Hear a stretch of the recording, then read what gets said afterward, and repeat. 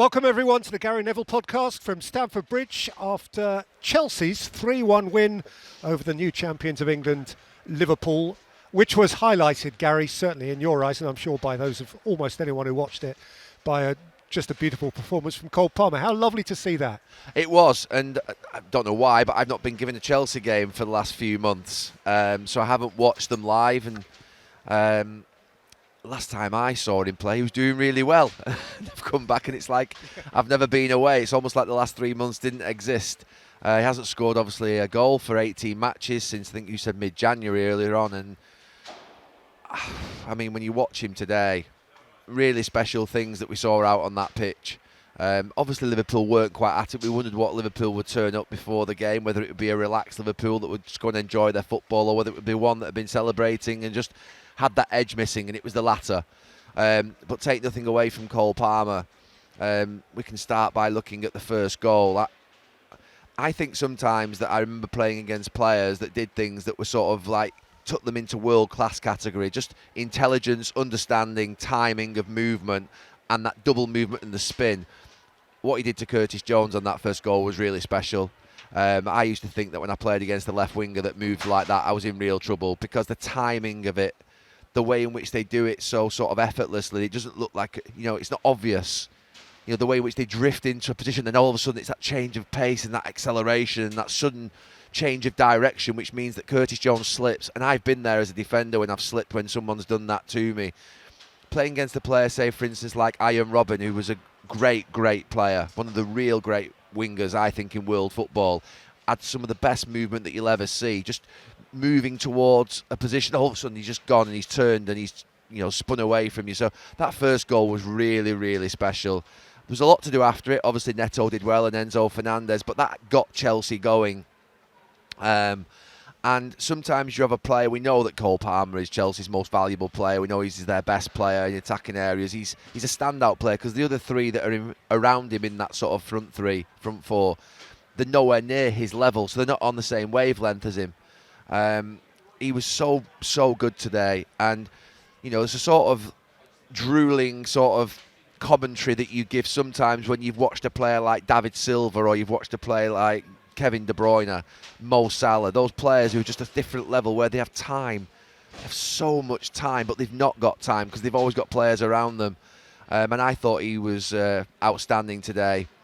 His positions he took up, his composure on the ball, his choice of when to pass, when to shoot, and most impressive to me today was his acceleration away from people. Just that little change of pace that is a killer. It's an absolute killer. I always think if you go from a slow or standing start to real speed and that acceleration, that will always do a defender. Yeah, an absolute outstanding performance. And so can you say off the back of one really big one like this, he's back?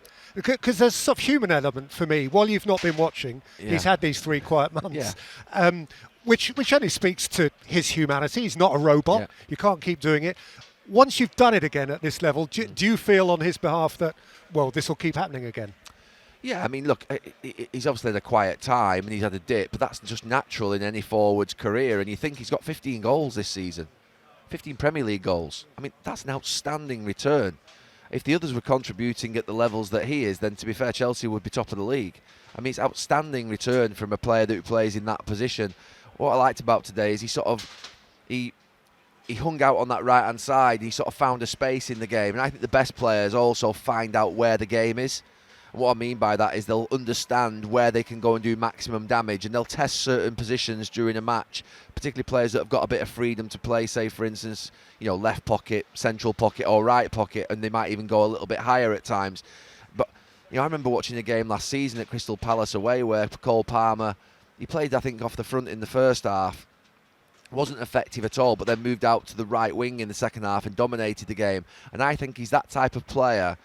And he's nowhere near Ronaldo. He's nowhere near the level of Ronaldo, let's be clear. But I'm going to put him in the sort of same sentence here from a point of view of a principle that Cristiano used to go and play at the point whereby the other team were the weakest and most vulnerable. And I think Cole Palmer has earned the credit and the sort of the ability that he's got to put himself in that category whereby wherever the game is for Chelsea, he can go and put himself there. Yeah, a real outstanding talent, and someone who obviously Chelsea are going to build around. They've given him a contract that's, it's a 10-year contract, so they know what they've got. And if you put a top-class centre-forward with him, maybe a better quality of wide player, and, I'm half a team here, a goalkeeper and a centre-back, Chelsea won't be far away.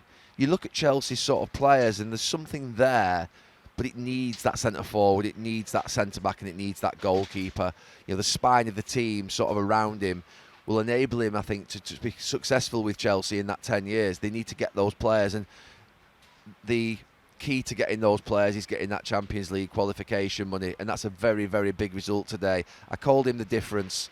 Usually this season it's been Mo Salah, the man on the other side of the pitch, or the other side today, that's been the difference player. Today it was Cole Palmer. What did you think of the rest of Chelsea? I'm thinking particularly of their setup, Caicedo playing that sort of false right back into midfield, and actually by the end of the game they had three people who'd done that, Reece James and Malo Gusto. Yeah. They've got that kind of tactical adaptability. Do you like what you see in that regard? Yes, whether Caicedo should be in midfield anyway. I think you saw that late on, didn't you, when he won the penalty. His ability to go and get to people. Lavia, I think, is really good. I actually liked Chelsea earlier in the season when you had Lavia and Caicedo together. I thought that was a really good pair. Fernandes, I think, was missing out at that point. Obviously, he's a good player as well, but I really like Caicedo in midfield. I like Lavia a lot. I think he's just got to keep fit. There's a few Chelsea players that will be saying the same thing. They have injury issues. But Lavia, I think if he can get a season under his belt, he'll be Chelsea's probably, and Maresca's probably number one midfield player in there. So he's a go-to player. I think he does make a big difference, and they're a better team when he's in. Caicedo can do a job at right back, there's no doubt. But he is quite sort of, because of his nature of how he plays, I think in midfield you can go and nibble all the time. And he does nibble, doesn't he? He gets there and he's sort of harassing and sort of sticking his foot in. The problem is when you do that at right back, if you're playing against players who are left wingers and have got a bit more ability to be able to sort of just pop it away from you, he will give fouls away and free kicks, and maybe just lost himself a little bit. I think he got moved into midfield, not because Lavia was struggling. I think he got moved into midfield because he was starting to get exposed down this side. So yeah, I don't think it's a long-term solution, Caicedo at right back, because I think I like him in midfield too much. But the problem I think that Maresca's got is that he's got four good players. He wants to try and get Palmer central. He wants to get Enzo Fernandez, and he wants to get Lavia, and he wants to get Caicedo. So one of them has to move position. Now that's either Caicedo to right back, or it's Cole Palmer out to the wing. And with what you've seen today, you wouldn't want to just sort of pin him out into a position whereby he could get dragged back by an attacking left back or right back if he was playing wide. He wants that ability to be free. He defended as a two up front with Jackson. I think what was clear today was that we know Chelsea need a centre forward, but it became very obvious today, didn't it, watching sort of Palmer alongside Jackson, that there's no real partnership there. But the interesting thing is watching Cole Palmer evolve as a player over this last couple of years, and thinking about England, there's a World Cup coming up next year. I couldn't love Phil Foden more, and I always think Phil Foden should be in any England team. And I would always say probably as well that Phil Foden should play probably more central. The thing is that I just look at Cole Palmer, and I think at the moment he's more graceful in there, and I think he's probably more of a goal threat in there, and I think he's just looks like natural. So how do you try and get Foden, hopefully an informed Foden next season, in with Cole Palmer into an England team? That's something for Thomas Tuchel to worry about, but I don't think you can leave Cole Palmer out of an England team anymore. I think he's that good. Certainly not in that form. No. So do you feel as though they're the likeliest to finish fifth, Chelsea, now with Forest and Villa snapping away behind them? They've got big away games. They've got some tough games, Chelsea, but that was big today. And I thought Villa would get in. So I thought Forest would just drop away at the end when I think I made my sort of re-projections, shall we call them, in January. None of us had Forest anywhere near, obviously finishing in Champions League place. I just thought Unai Emery would finish the season strongly. I thought they would go out of the Champions League, but I thought then they would finish the season strongly by winning a trophy, by potentially winning the FA Cup, and I just thought they would get towards the line on Champions League and go in with a late run. It still could happen, but it's looking unlikely. Forest are the big one. Tomorrow night's huge. The Monday night football that we have and Forest playing. That was a bad one for them against Brentford the other day. It was a bad one. And you do lose football matches, but that was one where they just needed to get the 3 points in that game, and they didn't. So I think at this moment in time, the teams that are in there, I think will stay in there. But it has fluctuated. Chelsea have challenging games coming up. They play Newcastle. And they got Forest on the final day. And they've got Forest on the final day, which is incredible. So, yeah, we could be in with a situation where it becomes a shootout between Chelsea and Forest. I think Chelsea will just get over the line. But I've hoped all season, just purely for the competitive spirit of the Premier League and how well Nuno and Forest have done, that I hope Forest get in there, but you just worry about them a little bit at this point. We ought to say something about Liverpool. You mentioned that they might have been partying a bit this week, and no doubt they're only human as well, so who would blame them for that? It didn't feel to me as though they were listless, though. They were a competitive team, weren't they, who came here with some purpose? Yeah, I mean, look, they didn't have a shot on target for about 70 minutes of the game, and they've been so... what's the word? They've got so many options up front that Liverpool have always, they did score, but they've been so dangerous in games. And today they just lack that bite. And if you just take that 1, 2, 3%, that edge off any sports person, off a football player, you have a chance of getting beat. And we just saw Liverpool today without an edge, without the reason to go that extra yard that you need to go and win football matches. And it meant that they were just a little bit more sort of what would be, a little bit more easy to play against maybe.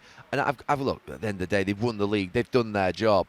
I tried to ask you this question in the game, and I don't think I put it very well, but being the understudy, when you're one of 6 understudies who suddenly gets the game today, and the manager can look you in the eye and say, you're picked today, but you know in your heart, I'm only picked because it doesn't matter anymore. I mean, and yet it has to matter, because that's the day they've got to produce to show they should be in the first 11. How does that dynamic work out?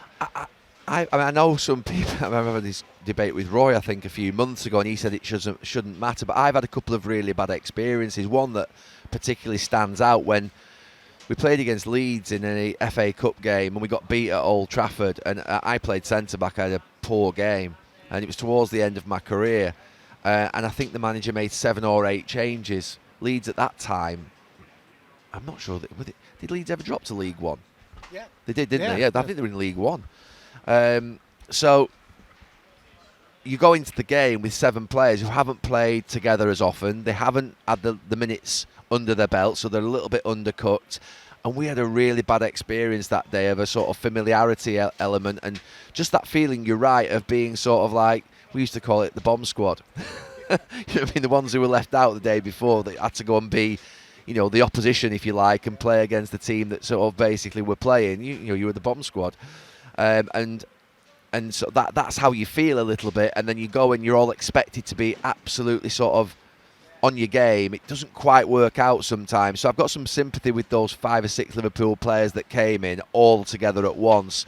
The ones that basically were on the bench were all relaxed and smiling, knowing that they've won the league and that they're the sort of top dogs. And it can be a difficult situation. There was an element of that with Liverpool, definitely, I think, today as well. Any other business around the top 5? Are you alarmed by Arsenal's home defeat? Are you expecting Manchester City to come strong at the end? Is second place up for grabs? I think the worry for Arsenal yesterday was that they played their strongest side and still lost, which will be a worry. But they've got a big game midweek. I genuinely think Arsenal in midweek can do it. I think they can go to Paris Saint-Germain. And I've been there with... Actually, I went there with David Beckham once to watch Real Madrid play there, and I watched Manchester United there as well, and seeing that you can go there. They get quite nervous, in that stadium. There's such an expectation about PSG and them winning the Champions League, and they build themselves up. It'll be a hostile atmosphere for the first 10, 15, 20 minutes, and obviously if PSG score, it'll continue to be hostile because they'll be right at it. However, if you can get a goal, which I think Arsenal definitely can, whether it be from a set piece or from a counter-attack or a bit of brilliance, whatever it might be, I just think you can see and feel it change in that stadium. And I've been there when it's happened. So I think Arsenal are in with a shout in midweek. I do think they'll finish the job and finish second in the league, to answer your question. I think City will get in the Champions League. And I think now Newcastle will. So we're talking about that last spot between Villa, Chelsea and Nottingham Forest. And not just because I've seen Chelsea win here today, I had Villa in that spot a few months ago, but I just think now, as I sit here, I think that Chelsea will just get over the line, I think. But I'm not 100% sure. But yeah, Arsenal in midweek. It's a very, very big game for Arsenal, that. I think it obviously is a season-defining game. And can be career-defining, those types of games. Coming back from 1-0 behind away from home against PSG is something that ultimately, with what they've done in the quarter-final against Real Madrid, will be an absolutely incredible achievement. And it's worth mentioning that United and Tottenham look like they're sort of 70-80% there for what would be a blockbuster of a Europa League final. That would be, a 60-70 million pounds game for both of those clubs who are toiling at this moment in time. Probably in the league. The most consequential final of that competition there's ever been, given the size of the clubs and what it will mean to the winner. Well, for English clubs, certainly, because, you're right, because ultimately you would expect them to be higher up in the league, but the reality of it is, at this moment in time, we could end up with 6 teams in the Champions League. And you're right, because of what's happened with PSR and the financial stuff in the last few years, where so many teams, big clubs, United, Villa, Newcastle, they're all on the edge, aren't they, of sort of breaking the rules and overspending, and it really does hamper them and harm them when they don't get in the Champions League. It's a massive consequence. So you're going to have some nervous boardrooms in the next few weeks, and managers, because the success of a manager will depend upon the investment in the squad and good recruitment. And if you can't recruit because if you can only half recruit, if you've got a budget of 50-60 million versus a budget of 120, you're going to have a lot better chance as a coach and a manager and a group of players to be successful next season. So for Villa, for Forest, for Chelsea, for Manchester United and Tottenham, and obviously Newcastle as well, and the teams that aren't quite sort of secure yet, it's big. It's really big. I'm not quite sure it's right that football is like that we are sort of at this moment in time, relegations sorted, the titles sorted, and we've got what would be games for money. That is it. It's games for money. And that's what's at stake in this next few. There's no trophy at stake in the Champions League places that we're talking about. There is obviously for Tottenham and Manchester United, but it's sad. No one talks about winning the Europa League to lift a trophy and get a medal around the neck. They talk about it from a point of view of its qualification for the Champions League. It gets you £80 million. It's almost like a competition has been dismissed because of its prize. That's the old UEFA Cup. That's a big competition. That was a hell of a competition back in the day. That was something that meant something. But it's now been put to a point whereby the sort of main sort of marketing sell of the Europa League is you get a Champions League spot. Well, what about the trophy? What about the medal around the neck? I did say probably a few months ago that if Manchester United weren't to win the Europa League, that I would want Tottenham to win a trophy. I enjoyed Newcastle winning a trophy at Wembley against Liverpool. But I obviously want Manchester United to win desperately. But it looks like that's going to be a hell of a final. I mean, obviously both teams have to finish their jobs off in midweek, and they have been known to, let themselves down this season. So you'd think that both of them will complete the jobs and do it. And then we look forward to what would be a very special occasion back in Bilbao, actually, for United. Just finally, we don't normally do the Bundesliga, but Harry Kane has his big prize today. Like all of us, I know you're a big fan of him. Yes. He's the England captain, and kind of thank goodness for him. Don't you feel that way? Yeah, I mean, Harry Kane is one of the greatest strikers that England have ever produced. He's a brilliant professional. I wish we were watching him in the Premier League every single week. I miss him, just his quality, his class.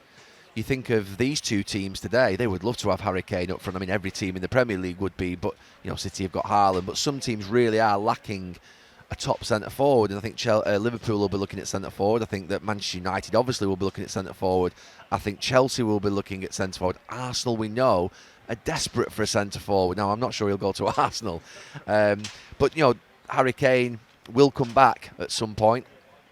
But for today, his victory with Bayern Munich to win the Bundesliga is a great achievement, and I know that they've won a lot of Bundesliga, and last year he became a bit of sort of a situation where he was being mocked for going over there and not winning. But yeah, he'll be happy tonight, and he's someone who doesn't get carried away by sort of things like this. I think he'll be it's what he expected, but he'll feel a real warmth tonight in the sense that he wanted to win trophies. That's why I think he was edging towards wanting to go. Well, it was why he was edging to wanting to go to Manchester City a few years ago, because he was desperate to be part of a successful team.